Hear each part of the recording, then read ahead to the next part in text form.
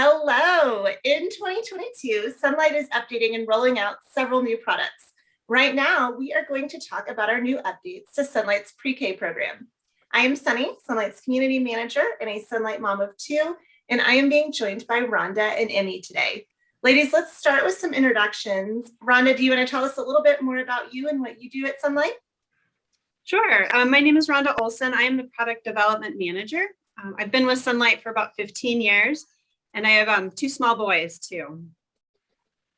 Great. Thank you for being here. Emme, you're up. Tell us a little bit more about you.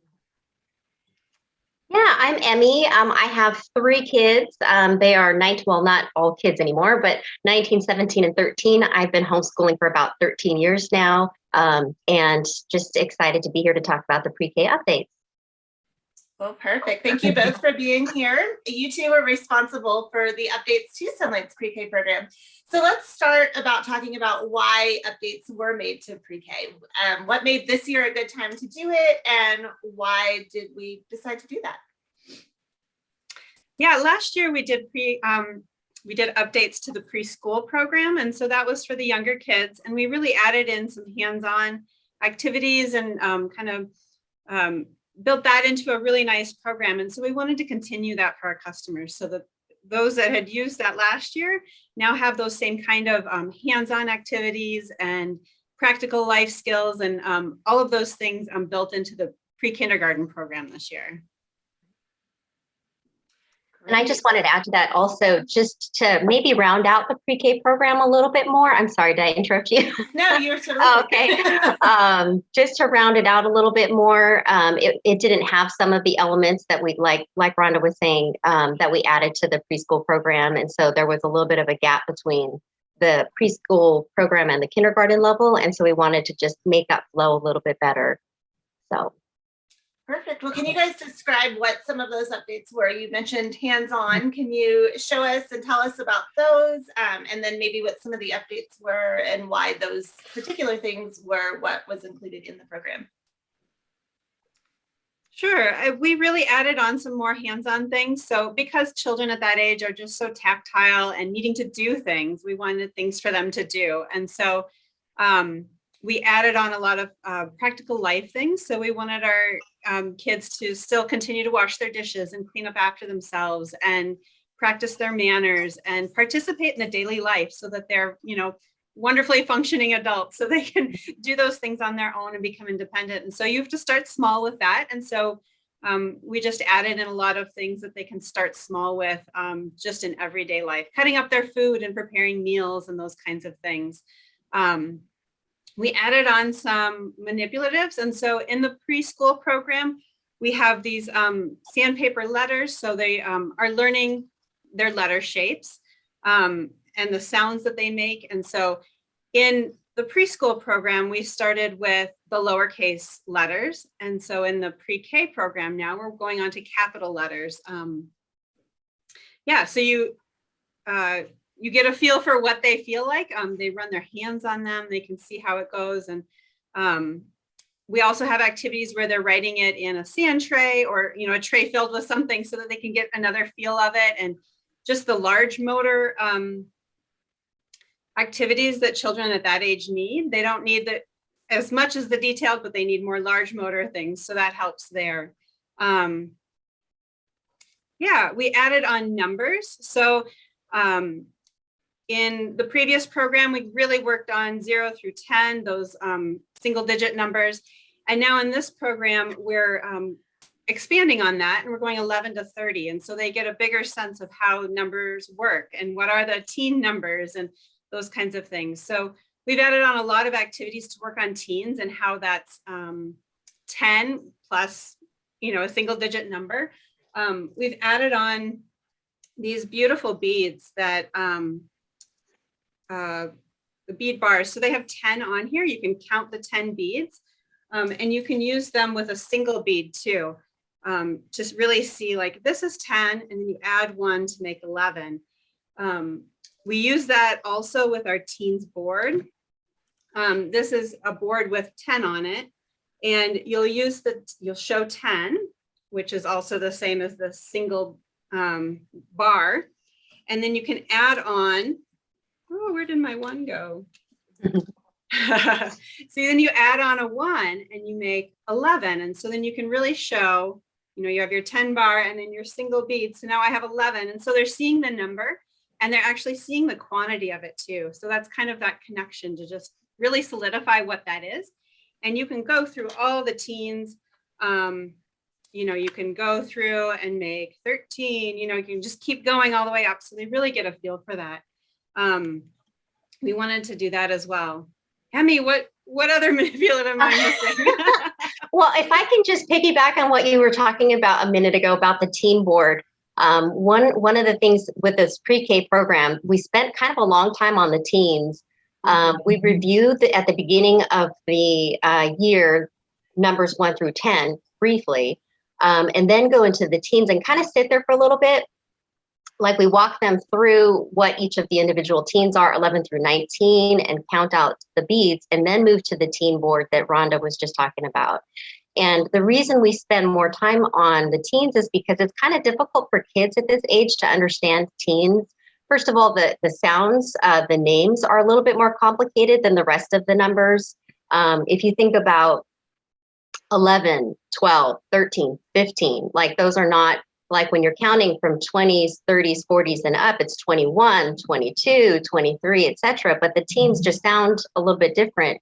And the concept, like what Rhonda was saying about adding the units to the tens, is something that they have to get ingrained in their minds first. And so that's why we spend a little bit more time on the teens in particular.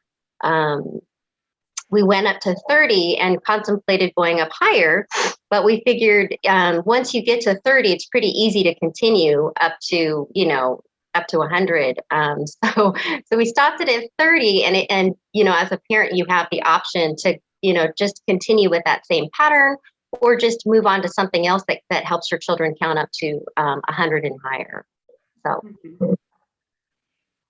Yeah, that's great. And there wasn't a math component before in pre-K, was there? Like this is kind of an early intro to math that wasn't there before? That's right. I don't think that there was there might have been some early pre-math types of concepts that were introduced maybe in the developing the early learner books, maybe patterns and sequencing, but not numbers per se. I don't believe. Is that right, Rhonda? Right. Yeah. And we really wanted to build that foundation so that you can then use whatever math program you decide to use in kindergarten. Like we just really wanted to make your kids prepared and ready to tackle those things. So yeah. I love that. So did any of these updates change the recommended age range for pre-K, or is it still the same? Can it be used with a broader age range now, or is it about the same? And if somebody's trying to decide between maybe preschool, pre-K, and kindergarten, and they're not sure where to place their child, what age would this program be best suited for? So this is still really well suited for 4 and 5-year-olds. This is really a before kindergarten kind of program. It's really gentle still. We have all of the same books. We've moved some of the books around, but still a really gentle way to introduce them to reading and learning. It is also a little bit, sorry, that was not, we did schedule it differently this year. We had a schedule before, but we decided to do a 4-day schedule for 36 weeks. And so we've scheduled out the storybooks so that your children gain in their attention span. We start with the shorter stories and continue on to the longer ones to really develop that attention span as well, of that ability to listen and to do more learning in kindergarten. So this is really suited well for children that are just gaining all of those skills that they'll need for kindergarten. And I would just add that we get that question a lot from parents, which do I choose? Do I do the preschool with my 4-year-old? Do I do the pre-K? Do I do the pre-K with my 5-year-old and add the kindergarten language arts and all of that? And one thing that I might recommend is that if your child is around age 3 to 4 and they still haven't learned their lowercase letters and their numbers from 0 to 10, they don't know the sounds and are not familiar with that aspect of it and still can't hold a pencil very well, they still need to work on their pincher grip and their fine motor coordination skills, then preschool would be what I would recommend. If your child is more familiar with those things and, can hold their pencil well and maybe just need further practice and they're semi-familiar with their sounds, but, still need to review that, then maybe pre-K. Either stick with preschool if you want double reinforcement or move on to pre-K if you feel like that they're ready for that. We'll focus on the capital letters this time versus lowercase. So they'll have something new, but it'll still be the same sounds. And the numbers will progress up to 30, but you'll still have an opportunity to review 0 to 10. So you just have, it gives you a lot of flexibility. You really can't go wrong per se. So I'm excited about that there's just, you really just can't go wrong. I feel like in either level, you can either continue to strengthen and reinforce their skills, or you can just move up in their skill level and in the progression of difficulty that we've added to the pre-K program. Yeah, and you mentioned, readiness and kind of the level they're at. So would you recommend, like, if somebody is brand new to Sonlight, their child has not done any formal education, that they start with Sonlight Preschool? Or if their child's a little bit older, they can jump right into pre-K? How do you figure that out? It's not really a requirement that you have to do the preschool program first. You can jump right into this new pre-K program as it is. Like we said in the beginning, there's a little bit of review. So you'll learn those beginning numbers and you'll learn all the letters that way. So you can just jump right in. You may want to purchase a few of the extra items from the preschool program, but you can just jump right into the pre-K program. Yeah, so you mentioned that purchasing some of the items, what is available? Like, say you are starting with pre-K and you want that reinforcement from some of the similar activities in preschool, what is available to buy separately without buying that whole preschool package? Right, you can buy the Sandpaper Letters and the Sandpaper numbers. Here's the lowercase and the Sandpaper numbers that go up to 10. You can buy those separately. You can buy, I didn't open this box. The geometric shapes and patterns. So you can, there are these shapes that we do tracing, and we talk a lot about the shapes. So that's something that's in the preschool program that you can purchase to use with the pre-K program as well. If you want to use, you can use a knife at home, but you can purchase the knife separately if you'd like. This is a safety knife. You won't cut your fingers, but you can still cut food and items to help your kids help you prepare food. So that's something. And there's scissors as well if you didn't have those at home. Perfect. Yeah. And if you have an older pre-K package, but you want to update it with the new items, is it easy to do that? Is it just Manipulatives you're adding on? Are there any new books as well and a new IG? What types of things do you have to update if you want the brand new pre-K program? Right. I would definitely update with the new instructor's guide. That's going to have a lot of your instructions in there. And there is a supply kit that comes with that as well. So you'll want to update with the supply kit. And then we've also added in a Spanish book. I have it here. Emmy has that one too. We have a new Spanish book. So this is a continuation off of the book that's in preschool. Mm-hmm. It's similar, but it has a lot more words in it. And so you'll get to explore more things. So we're doing Spanish in this level as well. So you'll want to upgrade with that Spanish book too. And in the preschool level, we did Spanish every other week, but in the pre-K, it's weekly. So you're going to get more words every week for the 36 weeks, plus the audio file that gives you the correct pronunciation of the words in case you needed that. So. That's perfect. I love that you mentioned that because, somebody may be thinking, I don't know if I'm pronouncing this right. How do I teach it to my child? So yeah, I know. Pretty essential to know how to pronounce the words. Right. So if you had to pick one thing, what do you think the best part of the new pre-K program is? My That is such favorite a hard part, question. I know. I'm sorry, Rhonda. I had thought about that, and I was thinking, I think it's not so much a single item or a single aspect, but I think just the thing that I love the most is that it's so cohesive. Like, I feel like you have the best of everything. You've got amazing, wonderful books that have been curated by, the company as they in the way that they always do, is specifically geared for this age range. And then you have all of these developmental activities, the practical life and the art and the fine motor and the pre-writing and all of that, the counting and numbers and Spanish. You have the foreign language aspect. You have music that's been added. We have a new CD. I don't know if we mentioned that, but we have a new CD that's being added. Isn't it a CD that's being added to? Yes. It's an optional item that you can purchase It's to go along with it optional. if you don't know the songs already. Yeah. Okay, there we go. Yes. And so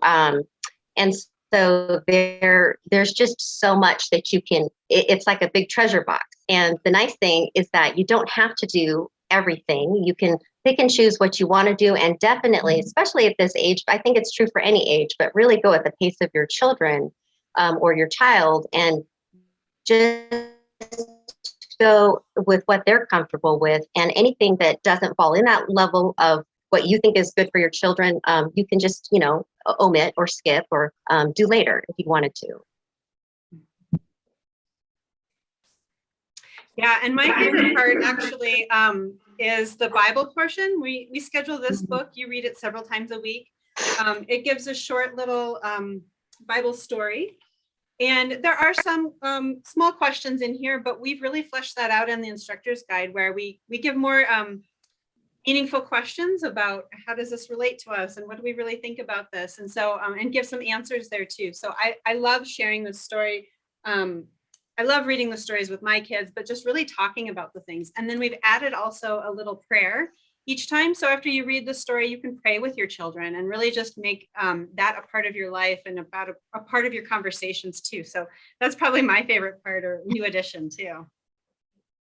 Yeah, that is great. It sounds like everything is truly fully planned out, even for this younger age, which is great, like the older Sonlight packages. So that is amazing.